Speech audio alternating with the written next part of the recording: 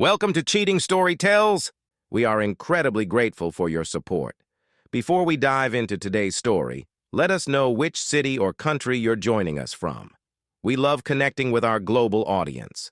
Now, let's get into today's story.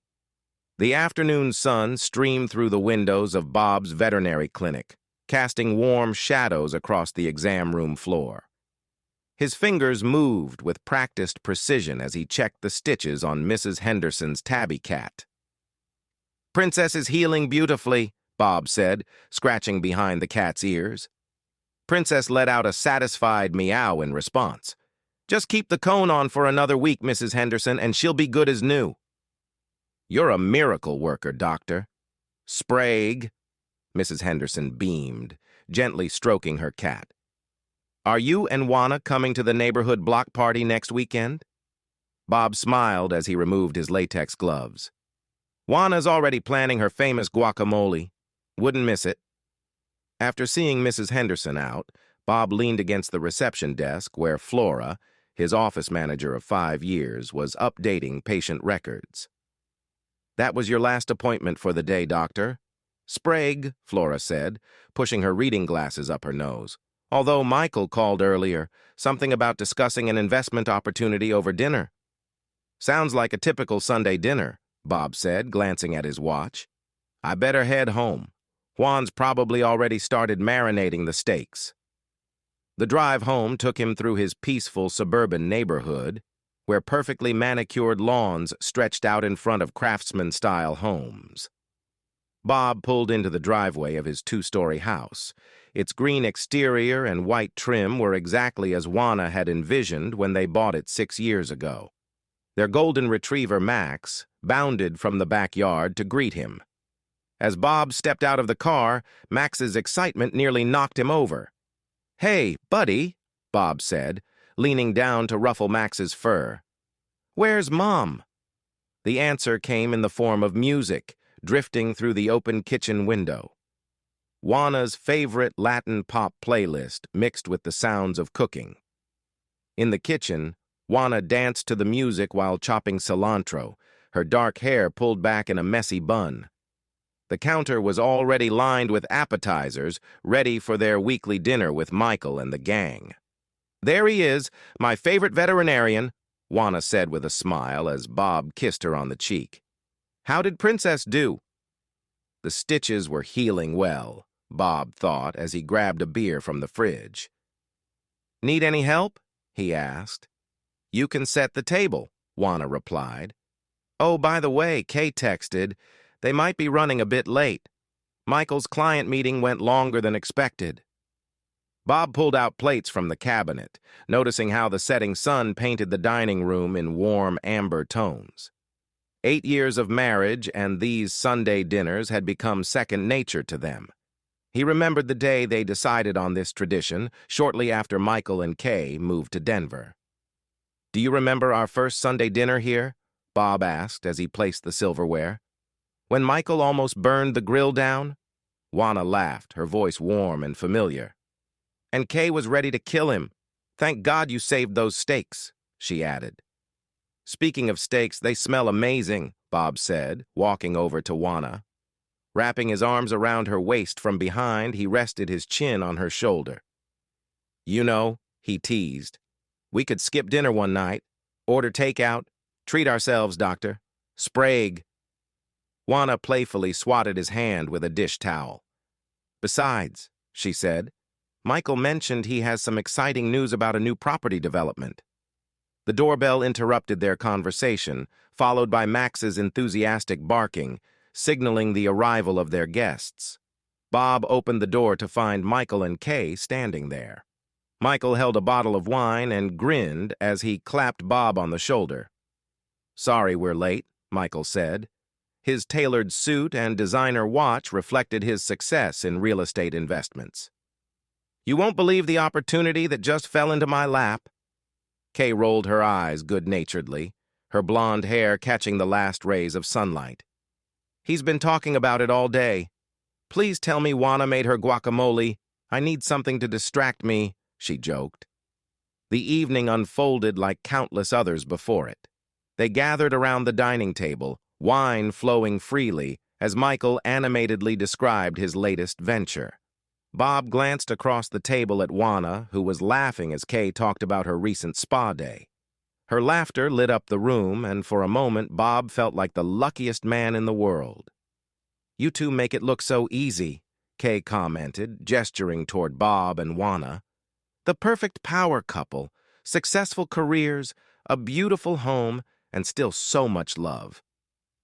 "It helps that we're always on the same page about everything," Bob replied, reaching across the table to hold Juana's hand. "No surprises, no drama," he added. "Speaking of being on the same page," Michael chimed in with a grin, "how's the freedom of being kid-free treating you?" "Any regrets about the vasectomy?" "Best decision we ever made," Bob answered without hesitation. "Right, honey." Juana smiled, but for just a brief moment it flickered so faintly that Bob wondered if he'd imagined it. "Honestly, you know me," Kay said, raising her glass with a playful grin. "I love the freedom to focus on my career and travel whenever I want. Thank God for birth control." Her words were met with laughter that rippled across the room. Bob couldn't help but feel a deep sense of satisfaction. This was everything he had ever wanted: a thriving practice, a loving wife, close friends, and the simple joy of Sunday night dinners with his chosen family. He had made all the right decisions and taken all the right steps to create this life. The evening ended with coffee and Juana's homemade flan. Michael was still animatedly discussing real estate investments while Kay shared the latest gossip about their mutual friends. When the night wound down, Bob stood at the front door, an arm wrapped around Juana's waist, watching their guests back out of the driveway. "Another successful Sunday dinner," he murmured, pressing a kiss to Juana's temple. She leaned into him, her voice soft. "We're lucky, aren't we? The luckiest." Later that night, as Bob lay in bed listening to Juana's steady breathing beside him, Kay's words echoed in his mind. "You make it look so easy." Was it easy? No, but together, they had built the life they wanted, making all the right decisions along the way. What Bob didn't know was that this would be the last peaceful night he'd spend in this house, in this bed, in this version of his life. The first crack in Bob's perfect world appeared on an otherwise ordinary Tuesday morning. It was as subtle as a hairline fracture in fine china. He was sitting in his office, reviewing patient charts between appointments, when Flora knocked gently on his door. "Dr. Sprague, Mrs. Browning is here to pick up Pepper's arthritis medication," Flora said hesitantly. "But she also asked if she could speak with you privately." Molly Browning, the pharmacist who worked 3 blocks away, had been filling prescriptions for Bob's patients for years. Her chocolate lab, Pepper, was a regular at Bob's practice. Molly slipped into his office, closing the door quietly behind her. She wore her usual white pharmacist's coat, but her expression was unusually serious.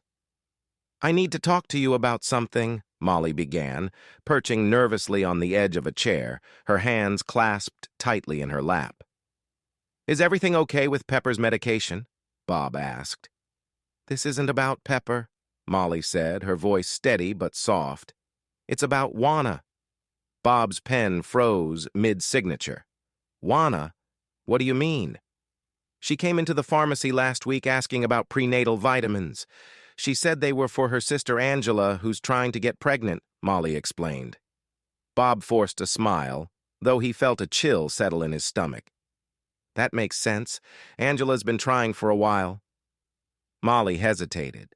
"I thought so too. But then I saw her at Whole Foods yesterday, putting the same vitamins in her cart. I know it's none of my business, but—" "It's probably still for Angela," Bob interrupted, his voice firm but polite.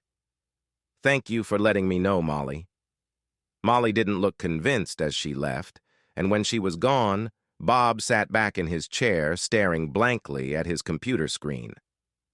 Something felt off. Juana had been acting differently lately, avoiding alcohol at dinner parties, complaining of exhaustion, and skipping their morning walks. He had attributed it to the stress of her real estate work. But now, Dr. Sprague? Flora's voice startled him out of his thoughts. "Your next patient is here," she said, before pausing. Then, hesitantly, she added, "I saw Mrs. Sprague yesterday having lunch at Cafe Meridian with her cousin." Bob frowned. "Cafe Meridian? That's all the way across town from both of our offices." Flora nodded, carefully choosing her words. "They seemed very deep in conversation. I wouldn't have mentioned it, but they were sitting in the far corner, looking pretty involved. When they saw me, they looked startled." "I'm sure there's a reasonable explanation," Bob said, standing straight and keeping his tone calm. Perhaps they were just discussing a property listing. But that night, as Bob watched Juana preparing dinner, he began noticing the things he had previously ignored. The way she kept checking her phone repeatedly, tilting the screen away from him. How she had started taking calls in the other room, speaking in hushed tones. "Michael is really excited about this new development project," Juana mentioned casually during dinner. "He says it might be my biggest commission yet." "Must be a significant property," Bob replied, keeping his tone neutral. "You've been spending a lot of time on it." "You know how Michael is. He wants everything to be perfect before we move forward," Juana said, pushing the food around on her plate. "Honestly, I'm not feeling great. I think I'll skip wine tonight." This had been happening more frequently lately. Bob studied her face carefully. "Is everything okay?" "Yeah, just tired. Work's been crazy," Juana replied as she started clearing the plates. "Oh, and I might be late tomorrow. There's a meeting with Michael to look at some comparable properties." Bob waited until she went upstairs before pulling out his phone. A quick glance at their shared calendar showed no appointments listed for the next day. His mind flashed to Molly's concerned expression and Flora's hesitation. The buzz of Juana's phone on the counter caught his attention. A text notification lit up the screen. "Michael, tomorrow, 1 p.m. Same place. We need to talk." Bob stared at the message until the screen went dark. His perfect life suddenly felt like a house of cards about to collapse in a strong wind. For 3 days, Bob carried the weight of that text message. He spent those days observing his wife, noticing every small detail that seemed hidden in plain sight. The sound of rain tapping against the clinic windows mirrored Bob's somber mood. He sat in his office, lost in thought, as his mind replayed every interaction. "Dr. Sprague?" Flora's voice pulled him out of his daze. She stood in the doorway, concern etched on her face. "You've been staring at that chart for 20 minutes, she said softly. "Just thinking," Bob replied, rubbing his eyes. "Flora, how long have you known about Juana and Michael's lunches?" Flora hesitated before sitting down in the chair across from him. "A few weeks," she admitted. "At first I thought it was just business, but—" She trailed off. "But what?" Bob asked, leaning forward. Flora fidgeted with her wedding ring, her voice low. "Last week they seemed uneasy, like something wasn't right. I saw them again at the same cafe. This time he was holding Juana's hand across the table. The confirmation hit Bob like a physical blow. "Why didn't you tell me before?" he asked Flora, who looked hesitant. "I wasn't sure," Flora admitted. She pulled out her phone and started scrolling through her photos. "But I took this yesterday. I'm so sorry, Bob." The image showed Juana and Michael walking out of a medical building. The sign above the door read, "Doctor, Sarah Chin, Obstetrics." Juana's hand rested protectively on her stomach, while Michael's arm was draped around her shoulders. "I should have seen this coming," Bob murmured, his voice barely audible. The signs were there. That evening, Bob sat in his car outside their home, watching through the window as Juana paced in the kitchen, phone pressed to her ear. Even from a distance, He could see the urgency in her movements, the way her hands fidgeted and ran through her hair. Bob's phone buzzed with a message from Kay. "Won't make it to Sunday dinner. Michael will be working late again." He wondered, am I losing my mind? But deep down, he knew he wasn't. Quietly, Bob entered the house. Juana was in their bedroom, the door half open. "I don't know how to tell Angela to stop," she was saying in a low voice. "No, she'll find out soon enough. Yeah, Michael thinks waiting is best." Bob leaned against the wall, his world tilting under him. In the living room, Max whined softly, sensing the tension in the house. "This is so complicated," Juana continued. "Michael said, no, Kay, I don't know. I think I just heard Bob's car." Before she could notice him, Bob slipped into his home office. He opened his laptop and started searching. Within moments, he found Preston Walters Investigations, a private investigation firm. Preston, his old college roommate, had left the police force to build a career in private investigations, earning a reputation for discretion and thoroughness. Bob stared at Preston's contact details, his cursor hovering over the email address. Outside, he could hear Juana moving around in the kitchen, likely starting dinner as though it were just another normal evening. But tonight wasn't normal. Her humming reached his ears, the same tune she always hummed while cooking. It nearly broke him. How many times had that sound comforted him? How many meals had they planned, dreams they'd built, all while this betrayal brewed beneath the surface? Bob's phone buzzed again. Another message from Michael. "Sunday meeting may get rained out. Need to prep for Monday morning." Bob's finger hovered over Preston's email address. He still clung to the faint hope that there might be an explanation, one that wouldn't shatter his world into irreparable pieces. But deep down, he knew. The prenatal vitamins, the secret lunches, the missed dinners, the hidden conversations, they were all pieces of a puzzle. "Bob," Juana's voice called from the kitchen. "Dinner's almost ready." Bob steadied himself, his hands shaking as he typed an email to Preston. "Need your help. Discretion required. Call me tomorrow." As he hit send, Bob felt something shift inside him. The last remnants of blind trust dissolved, replaced by a cold determination to uncover the full truth, no matter how painful it might be. He straightened his shoulders and walked toward the kitchen, where his wife waited with her familiar smile, a mask she wore as though nothing had changed. "So, how was your day?" Bob asked as he set the plates on the table. "Very productive," Juana replied, glancing up from her plate. Bob studied her face closely, searching for any hint of guilt. A storm was brewing, and soon it would crash down on them. But for now, Bob sat down to dinner with his wife. The food tasted like nothing to him as Juana chatted about her day, clients, properties, and all the lies that had become routine for them. He knew the perfect life they had built was already falling apart. He just hadn't fully accepted it yet. A few days later, Bob sat in a quiet corner of a local coffee shop with Preston Walters. The investigator, whose office was only a few blocks from Bob's clinic, stirred his black coffee, his expression serious but calm. "Are you sure about this?" Preston asked, his professional tone reflecting years of investigative work. "Yes, I'm sure," Bob said, pulling out his phone. "I found this while helping Juana with her email settings. She asked me to fix some syncing issues. When I checked, I saw deleted conversations with Michael in her recently deleted folder. Before I could read them, she grabbed the phone. But it was enough to know something's wrong." Preston nodded and pulled out a small notebook. "Here's what we'll do. I'll monitor both of them, track their activities, and build a timeline. But remember, you need to act normal over the next 2 weeks. Any change in your behavior could alert them."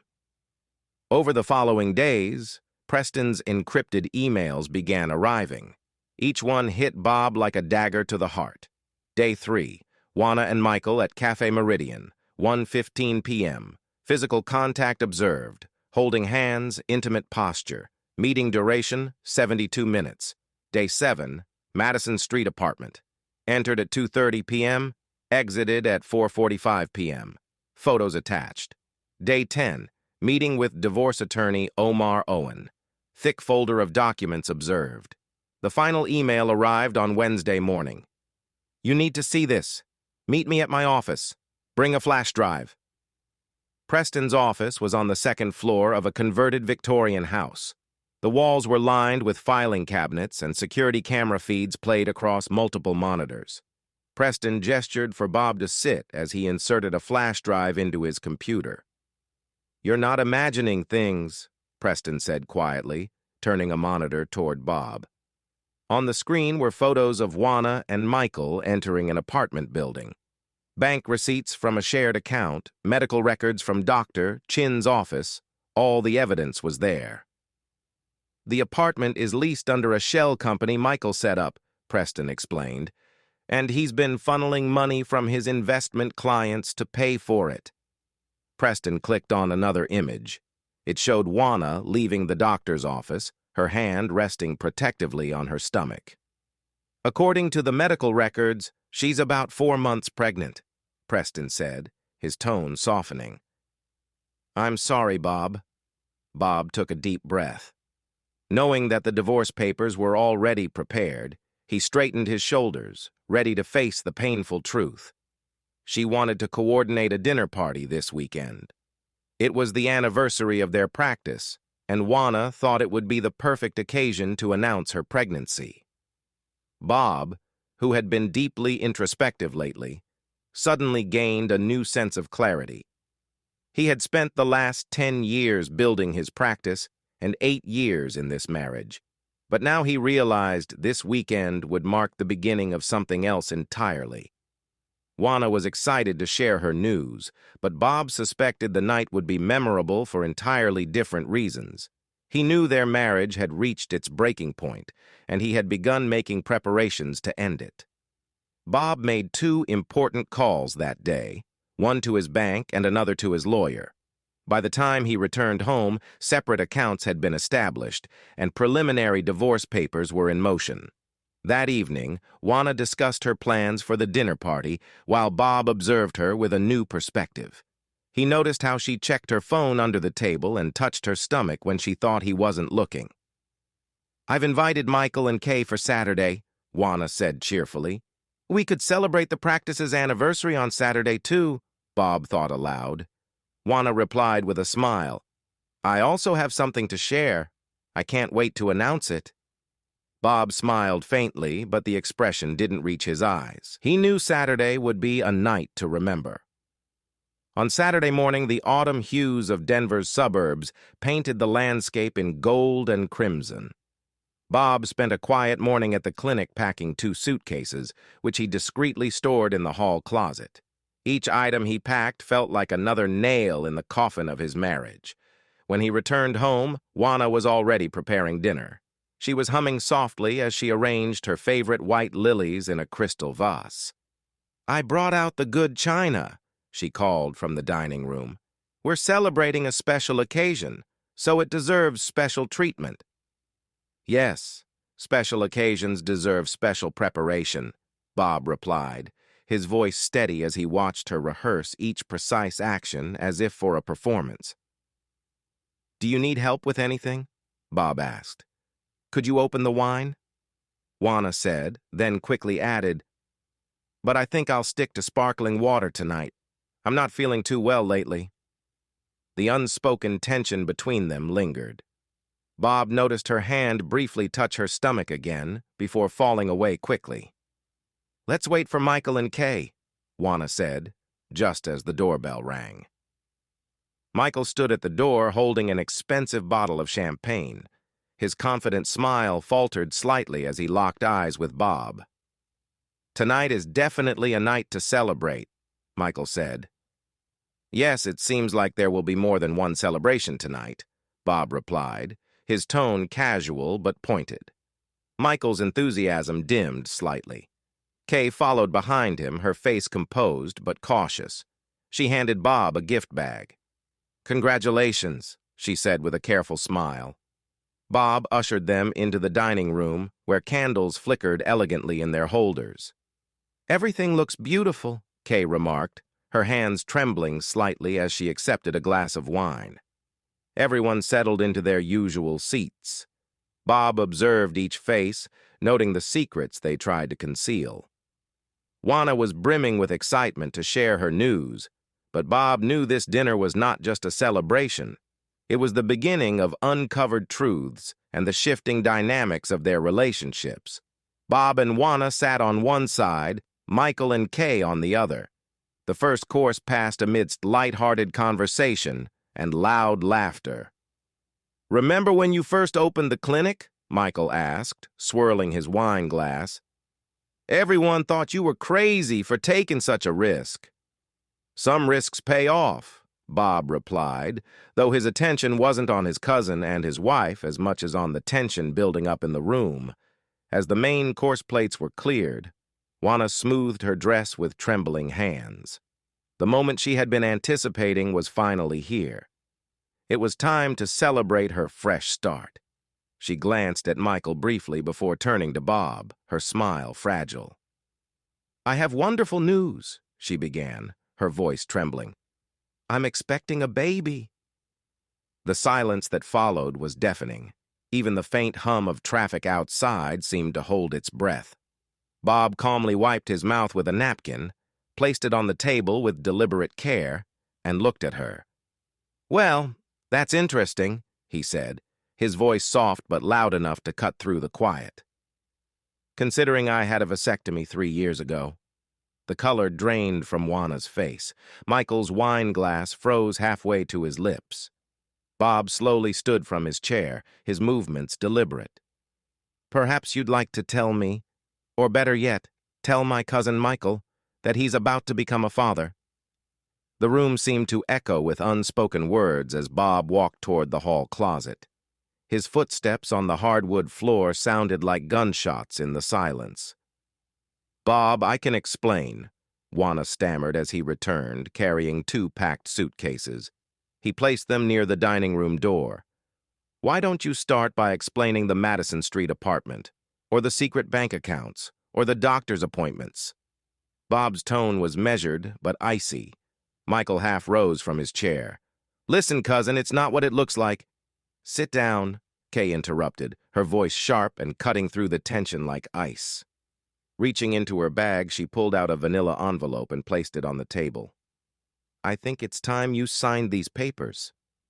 Michael's confidence faltered as he glanced at the divorce papers Kay had slid toward him. "How did you—" he stammered. "How did you find out? Did you think you could hide everything?" Kay's voice trembled, but her resolve didn't. "You embezzled client funds to pay for the apartment. I've known for weeks." Juana collapsed back into her chair, clutching her stomach. "It wasn't supposed to happen like this," she whispered. "And how exactly was it supposed to happen?" Bob's laugh was devoid of humor. "Were you planning to pass this off as a miracle after the baby was born? Or were you just waiting until you could drain more of my savings into your secret account?" Michael's face hardened. "You don't understand. We fell in love." "Love?" Kay's hand slammed on the table, making the crystal water glasses jump. "You call this love? Lying to your wife, your cousin, your best friend?" The expensive champagne bottle Michael had brought glistened on the table, its surface trembling like tears. Bob's voice dropped low, yet it cut through the air like a blade. "I trusted you both. We never meant to hurt anyone," Juana whispered. "No," Bob replied coldly. "Things like this don't just happen. Affairs don't just happen. Secret apartments and stolen money don't just happen. These are choices, the choices you both made every single day for months." Michael stood again, this time desperation evident in his stance. "Please, can't we just talk about this?" "Talk about what?" Kay snapped. "The baby? The apartment? The stolen money? Omar's team has documented everything." "Omar?" Michael's face turned pale. "Yes," Bob said, his voice icy calm. "Omar Owen. I hired him. He's the perfect lawyer for dealing with frauds like you."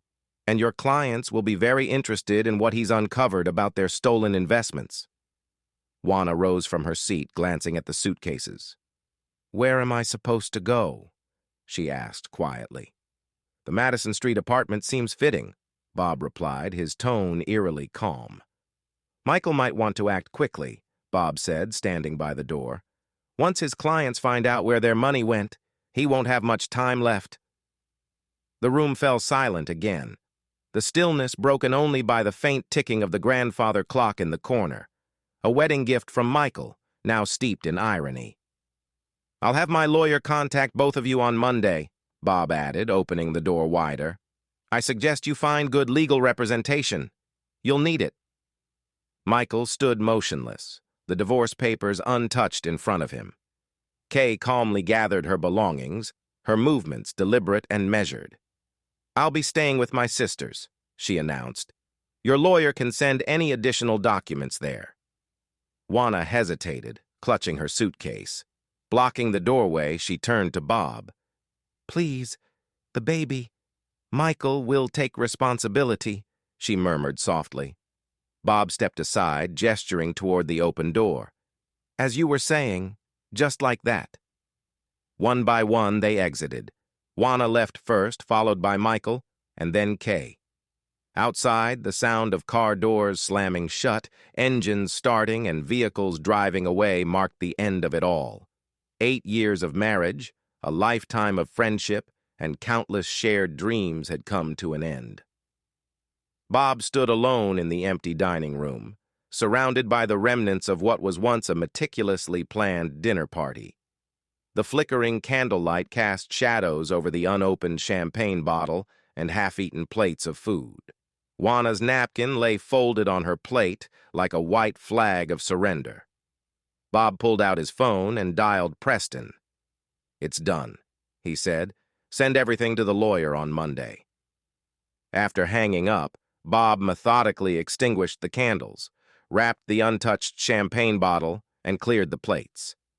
In the kitchen, he found Juana's favorite coffee mug in the dishwasher, the one she had given him on their first anniversary. He placed it in one of the pre-packed boxes she had left behind. That night, Bob began the process of rebuilding his life. He allowed himself to grieve for what he had lost, for what never truly was, and for what would never be again. The grandfather clock struck 10, its chimes echoing through the empty house. Max, their dog, softly whined as he leaned against Bob's leg for comfort. "It's just you and me now, buddy," Bob said, scratching the dog behind his ears. "Just you and me." The following day, Omar Owen's corner office overlooked downtown Denver, sunlight streaming through the glass walls onto his mahogany desk. Papers were spread neatly across the surface. Kay sat upright in a leather chair, while Bob occupied another. Both listened attentively as the lawyer detailed his findings. Owen's precise voice matched his immaculate demeanor. "This isn't just about the pregnancy. The financial discrepancies are substantial. Mr. Proctor wasn't just maintaining a secret apartment. He was systematically defrauding his investment clients." Kay clenched her hands in her lap. "How bad is it?" she asked. "We've identified at least 12 clients whose funds were siphoned into personal accounts," Owen replied, pulling out a spreadsheet. "Luxury gifts, weekend trips, all funded by stolen money." "Classic Michael," Bob said, his voice tinged with anger and disgust. Owen allowed himself a thin smile. "His overconfidence worked against him. The paper trail is so clear that it will draw significant interest." A knock interrupted them. Owen's assistant entered with a tablet. "Sir, you'll want to see this. Geraldine Baldwin just released a statement." Owen scanned the tablet before handing it to Bob. The headline read, "Premier Denver Realty terminates agent for breach of ethics." "Your wife's former employer isn't pulling any punches," Owen remarked. Bob read aloud, "Our company is built on trust. Mrs. Sprague's actions represent a fundamental betrayal of that principle. We cannot maintain professional relationships with individuals who show such disregard for basic ethics." The dominoes are falling faster than expected, Owen noted. Kay's phone buzzed with a message. Michael's firm just called an emergency board meeting, she reported. Apparently, some clients have started questioning their accounts. Owen gathered the documents into a neat pile. Mrs. Gregory, we'll file your divorce petition this afternoon. Mr. Sprague, your paperwork is also ready. Given the circumstances, both cases should proceed smoothly. Will they fight it? Kay asked. They can't afford to, Owen replied. Once the court sees Mr. Proctor's assets, they'll have nothing left. And Mrs. Sprague? Bob asked. Owen turned to him. The prenuptial agreement you signed is very clear about infidelity. She has no claim to your assets. Bob stood, adjusting his jacket. What's our next step? Let the system do its work, Owen said. Mr. Proctor's financial transactions are already under investigation, and Mrs. Sprague's career is taking care of itself. People aren't kind to those who betray their families, Bob's lawyer said. Later that day, Bob was seated in his clinic office, reviewing appointment schedules, when Flora gently knocked on his door. Dr. Sprague, there's something you need to see, she said, handing him her phone with a local news website open. The headline read, Prominent Investment Manager Under Investigation, Millions Allegedly Missing. Below it was a photo of Michael leaving an office, with Juana shielding her face from the camera. The article detailed allegations of fraud, referencing their affair as part of a broader pattern of ethical violations. Flora touched Bob's shoulder lightly. The waiting room is full of people here to support you. Mrs. Henderson even brought cookies. Dr. Richards called to say he's sending all his overflow cases to us. People take sides in situations like this. Bob nodded. They choose the truth. Flora smiled. They chose honesty. At that moment, Bob's phone buzzed with a message from Juana. We need to talk about the baby. Bob read the message and deleted it without responding. Looking out the window, he watched clients arriving with their pets. Despite the earthquake that had shaken his personal world, life continued. He had a practice to run and a future to build, with no time for those who had chosen to destroy everything. 3 months after the confrontation, Bob found himself sitting in Frankie Diaz's warm, softly lit counseling office. Frankie, a trauma counselor and divorce survivor, was a college friend of Kay, who had insisted Bob meet her. There's clarity in your answers, Frankie observed, her gaze kind yet curious. Should I be more upset? Bob asked earnestly. No, Frankie replied. Most people in your situation wrestle with anger and self-doubt. You seem grounded. Because I've made my choice, Bob said. They made theirs and I made mine. What choice did you make? Frankie asked. Standing by the window, Bob replied, I could have been consumed by anger. I could have let their betrayal destroy me. Instead, I chose to build something better. He told Frankie about the changes he'd made at his practice, how Flora had helped him restructure operations to include emergency care and expand their services, and how he'd started a program providing free veterinary care to local animal shelters. You're turning pain into purpose, Frankie noted. That's healthy, but don't forget to process your emotions. I feel them, Bob admitted, but I won't let them control me. As for Michael and Juana, Bob shook his head. They're writing their own endings. Michael had been suspended from his firm pending an investigation, and former clients were filing lawsuits. The Madison Street apartment stood vacant. Rent hadn't been paid in months. Juana wasn't faring much better. No local real estate agency would hire her, and her sister Angela had stopped speaking to her after learning the full story. She had moved into a small apartment on the outskirts of town with Michael. Their once luxurious life had crumbled around them. At the clinic, Bob immersed himself in work. Flora's organizational skills proved invaluable as they expanded services and hired additional staff. The new overnight emergency care brought in a steady stream of cases. One morning, Flora placed a cup of coffee on his desk. Lee says the shelter program is making a real difference, she said. Bob smiled, thinking of how Flora's husband spent weekends helping transport animals. We have good people here. Speaking of good people, Flora hesitated. Kay called. She's starting her own investment consulting firm, focused on helping women secure their financial futures. She'd like your advice on some business aspects. The unexpected friendship between Bob and Kay had surprised many, but those who knew them best understood. They often met for coffee, sharing updates on their parallel recovery journeys. During one such meeting, Kay mentioned, "Michael's trying to delay the proceedings, but with the criminal charges pending, it won't work." Bob nodded. His own divorce had been finalized quickly. Juana had no grounds to contest it. "How are you?" Kay asked. "Better than you," Bob replied with a satisfied smile. "My new company is doing well," Kay said. "There's a real demand for financial advisors who genuinely care about their clients' money and financial freedom." "You turned betrayal into strength," Bob replied, looking at her thoughtfully. "We both did," Kay said, gently stirring her coffee. "Have you talked to Frankie recently?" Bob smiled. "Yes, we meet every week. She's practical, but not just practical."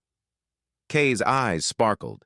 "She asks about you too," she said with a knowing smile. A year after the confrontation, Bob's home was once again filled with warmth and genuine laughter. This time, the guest list was small but far more meaningful. Kay and her new partner, Jean Chapman, Flora and her husband, Lee Johnson, and Frankie, who arrived a little late due to an emergency at her counseling center. The dining room had been completely redecorated, featuring new artwork chosen by Bob and Frankie during their weekend outings.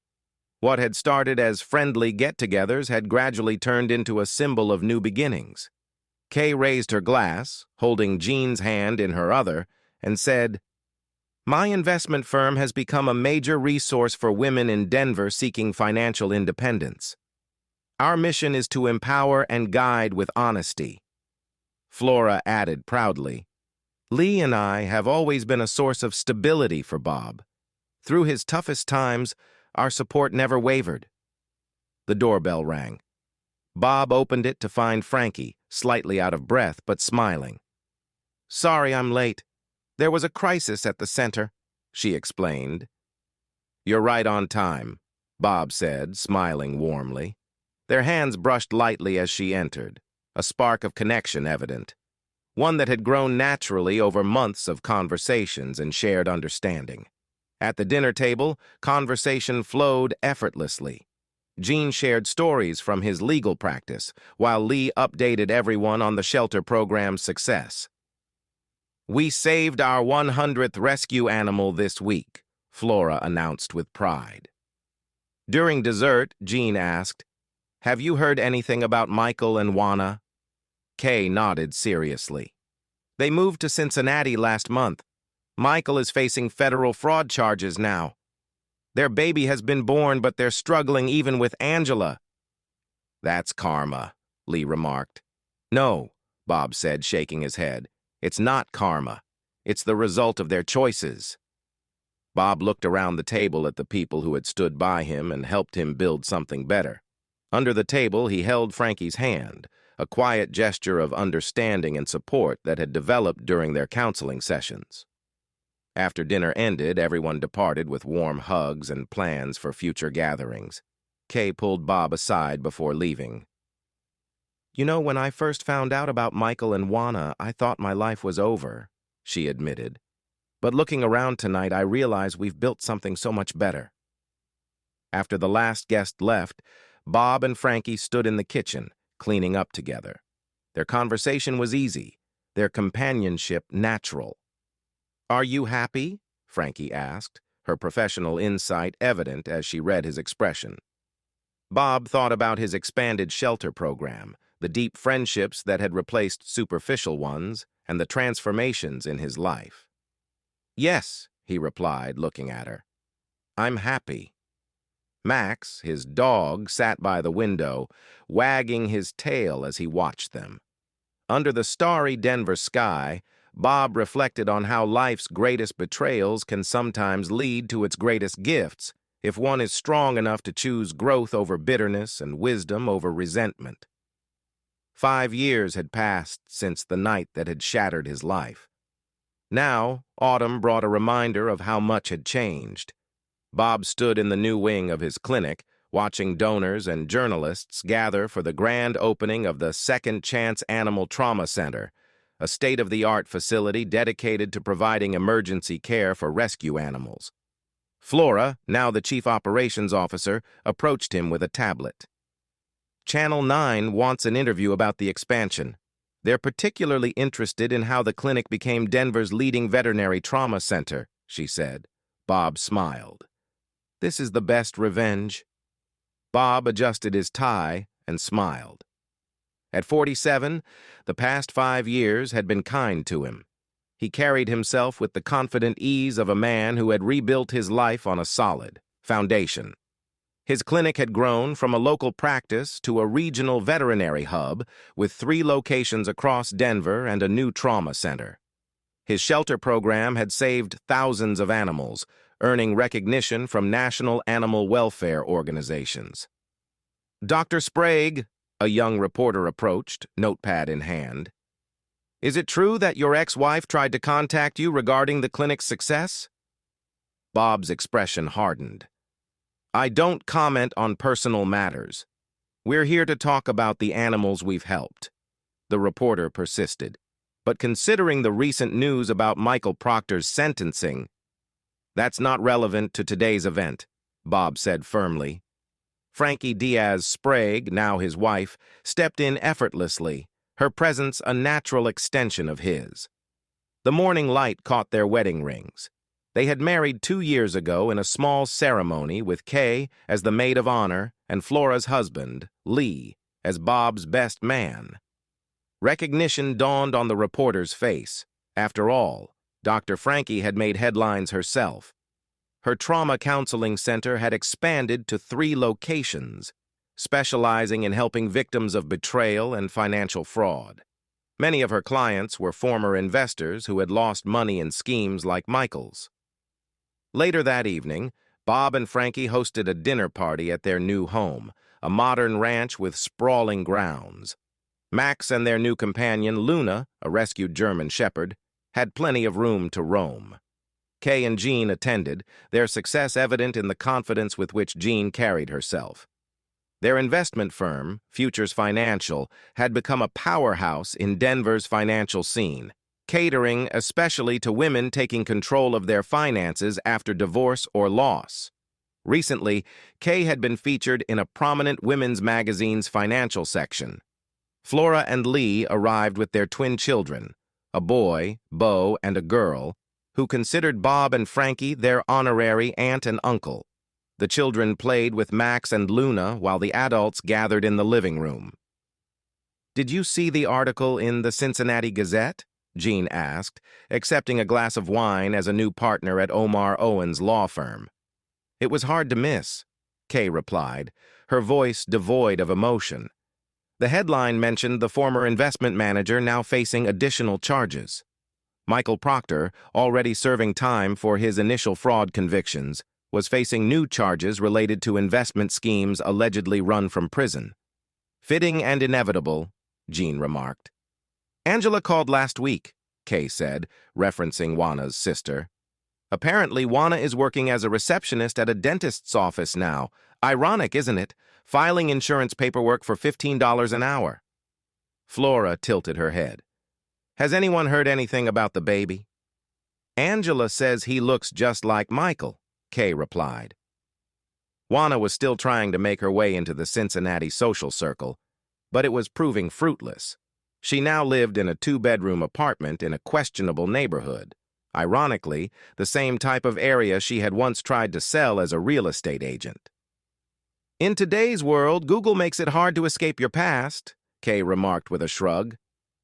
Speaking of the past, Lee interjected, changing the topic, our shelter program hit a major milestone. Since we started, we've rescued 10,000 animals. The conversation shifted to lighter topics. The clinic's expansion, Kay's new initiatives helping women recover from financial exploitation, and Flora's innovative management strategies that other veterinary practices were starting to emulate. That evening, after the guests had left, Bob and Frankie stood in their backyard watching their dogs play under the moonlight. Bob's phone buzzed with yet another message from Juana. These messages came every few months. "I read the article about your trauma center. You've done amazing work. I know I don't deserve forgiveness, but..." Bob deleted the message without reading further. "She's still trying," he commented to Frankie. "Some people never learn," Frankie replied knowingly. "They think saying sorry erases consequences." They both knew the full story of Michael and Juana's life in Cincinnati during her pregnancy, a fresh start that had turned into yet another chapter of failure. Michael's prison sentence left Juana struggling to raise their son on a low income. Her repeated attempts to rebuild her real estate career failed as background checks continued to reveal her past. Michael's victims, many of them elderly retirees who had lost their savings, never forgot him. Their son, Michael Jr., was an innocent victim. He spent weekends visiting his father in prison, growing up under the weight of his parents' choices. The trust funds and private schools they once envisioned for him had been replaced with free school lunches and second-hand clothes. "You never asked if I regret it," Bob said, watching Luna chase Max around a tree. "Because you chose honesty. They chose deceit. The outcomes are natural, not vindictive," Frankie replied, leaning against him. Bob had rebuilt his life through hard work and integrity. The clinic's success came from genuine service to the community. His marriage to Frankie was built on mutual respect and shared values. Even his friendship with Kay had strengthened, both of them rising above betrayal to create something meaningful. The next morning, Bob arrived early at the trauma center. A new rescue had come in, a dog abandoned and in need of emergency surgery. Flora handed him the day's schedule. "Oh, and this," she said, passing him a printout. "Thought you might want to see it. It's a social media post from Cincinnati." The printout showed Juana standing behind a receptionist's desk at a dentist's office. She looked tired and aged beyond her years. The caption read, "5 years ago, I had everything. Remember that when you think about betraying the people who trust you." Bob folded the paper and tucked it into his surgical suit without comment. Under the bright lights of the operating room, the instruments gleamed, and a team of dedicated professionals stood ready to help him save another life. This was his reality now: honesty, real relationships, and the peace that came from knowing he had chosen the right path. Meanwhile, in a Cincinnati prison, Michael Proctor stared at his reflection in a metal mirror. Michael sat in his prison uniform, adjusting his graying hair. His designer clothes, once a mark of his status, had long been replaced by the simplicity of his prison attire. Meanwhile, Juana, in a small city apartment, answered an orange phone while filing paperwork. She wore clothes from a discount store, far removed from the life she once lived. Her wedding ring, long since pawned, was just a distant memory now. Their son, who lived with her, bore a last name that sparked whispers among those who knew their story. Back in Denver, Bob's clinic buzzed with life. The next generation of clients and rescues kept the space filled with activity. His team was ready to save a rescue dog in need of critical care. Bob was prepared. The life he built after betrayal had thrived, a testament to resilience and purpose. Sometimes, as he made the first incision, he reflected on how far he had come. He realized that the best revenge was simply living well and letting karma handle the rest. With the scalpel steady in his hand, he worked with precision alongside his team. It was another day dedicated to doing what was right, leaving the past where it belonged and embracing the present and future with open arms. And so this story comes to an end. What did you think of it? I'd love to hear your thoughts in the comments below. If you enjoyed this story, consider subscribing to our community. It helps us bring you more stories like this one. Don't forget to check out the recommended videos on your screen, and I'll see you next time.